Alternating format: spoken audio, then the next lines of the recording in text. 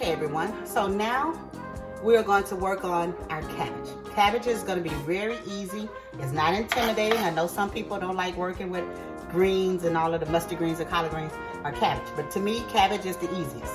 So to start off my meal, I cut the bacon into small pieces. Some people actually like to cut some russet potatoes into theirs or some red potatoes into theirs. I don't add the extra potatoes, I just add the bacon. So you want to chop up the bacon and add that. On there I also have my some butter.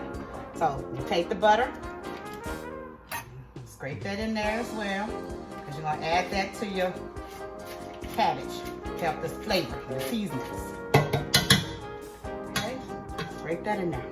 Now while that's cooking, get me a paper towel. While that's cooking, I'm going to take apart and break down my cabbage.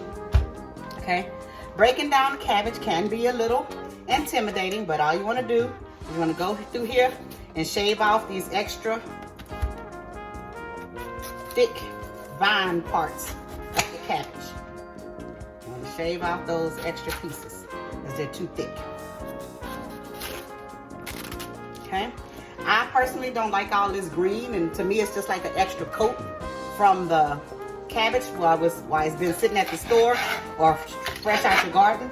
So I don't want those. I cut those off. I cut this piece out. I keep this piece, and all you have to do in order to work with it is fold it up real small, because there's still good vitamins in here, and you cook it in here with your bacon, because these are a little more tougher than the white part of the cabbage. I don't want this one. I'm gonna put it to the side. This one looks okay. Cut off the stem. I roll this. I didn't show y'all a while ago. My apologies. I roll up the green part and I cut it real small so it can cook with the bacon,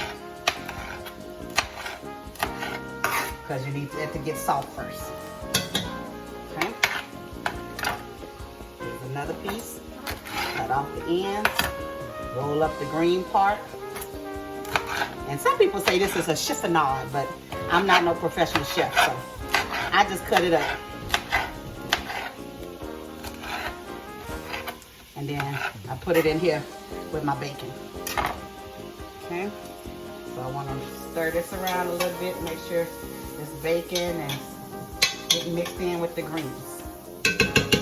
Okay, now I'm gonna also just shave off the big white pieces of cabbage.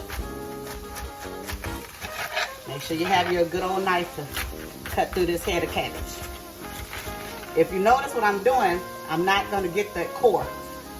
We don't want the core of the cabbage. So I'm shaving off the outside of the cabbage. Okay. Pretty much done with that. Got another tough piece there. I'm going to sit that to the side because I didn't get it in there. Then you got some pieces, I don't like the way they look, so I'm gonna cut that off. It's cabbage, it happens.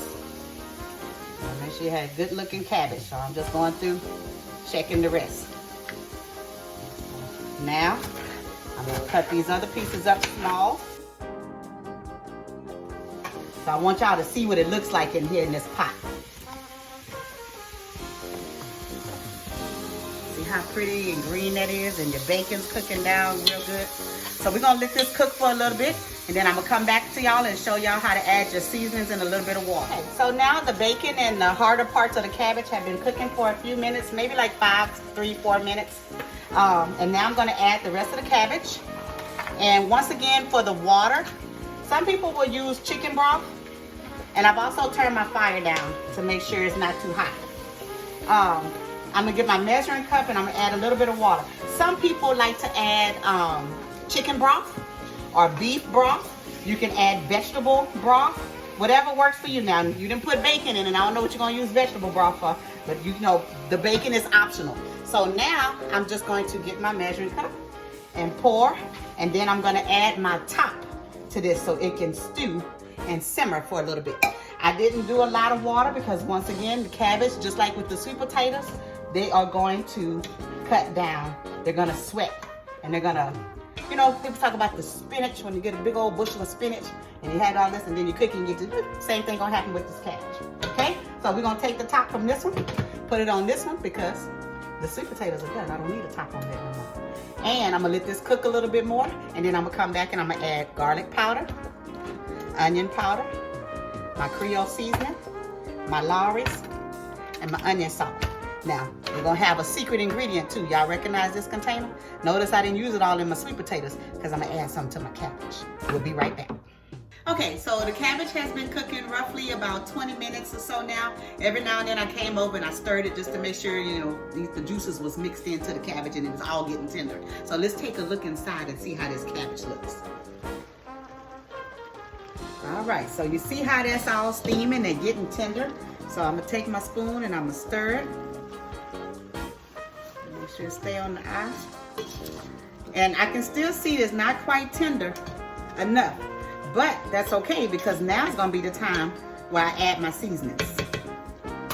So I take some Lawry's, just back and forth a little bit, not too much because you don't want it salty.